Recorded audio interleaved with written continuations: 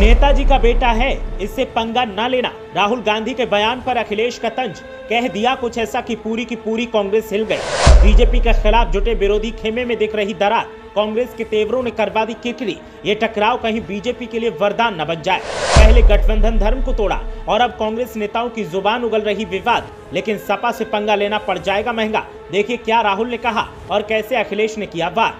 BJP को शिकस्त देने के लिए जो परिवार विरोधी दलों की तरफ से बनाया गया था, वो परिवार बिखर सा रहा है। कांग्रेस के तेवरों ने ऐसा जहर घोला है कि जो विश्वास पर साथ आए थे, अब उनका भरोसा डगमगा रहा है। हालात बिगड़ते जा रहे हैं और बीजेपी इसी ताक में है कि कब बिखराव हो और कब वो इस मुद्दे को भुनाए।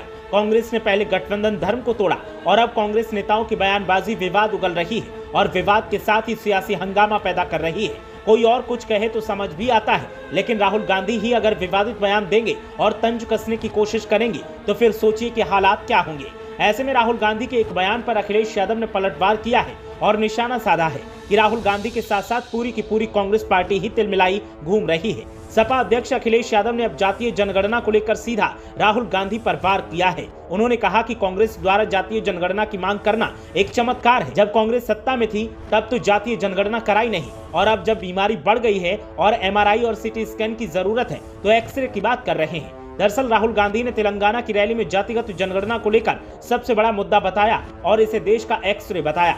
उन्होंने कहा कि इससे देश के दलितों, आदिवासियों और ओबीसी की स्थिति का पता चलेगा। राहुल के इस बयान पर जब अखिलेश यादव से सवाल किया गया तो उन्होंने तंज कसते हुए कहा कि अब बीमारी बढ़ गई है, अब एक्सरे नहीं सीटी स्कैन और एमआरआई की जरूरत है।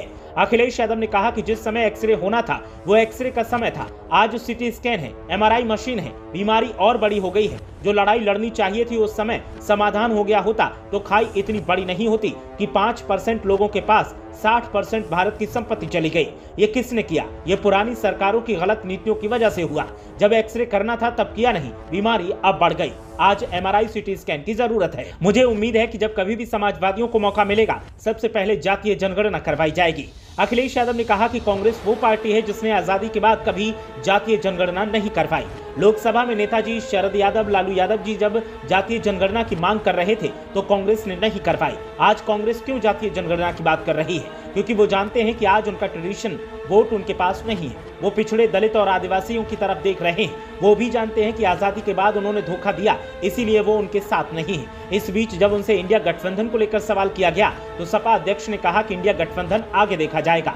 एक दूसरे के तंज और सियासी बयानबाजी से हल्ला मचा हुआ है। बीजेपी खेमा इस खलबली से बहुत खुश नजर आ रहा है, क्योंकि ये मौका उनके लिए बढ़त के दरवाजे खोल सकता है। इन हालातों के लिए जिम्मेदार कोई और नहीं, सिर्फ और सिर्फ कांग्रेस पार्टी है।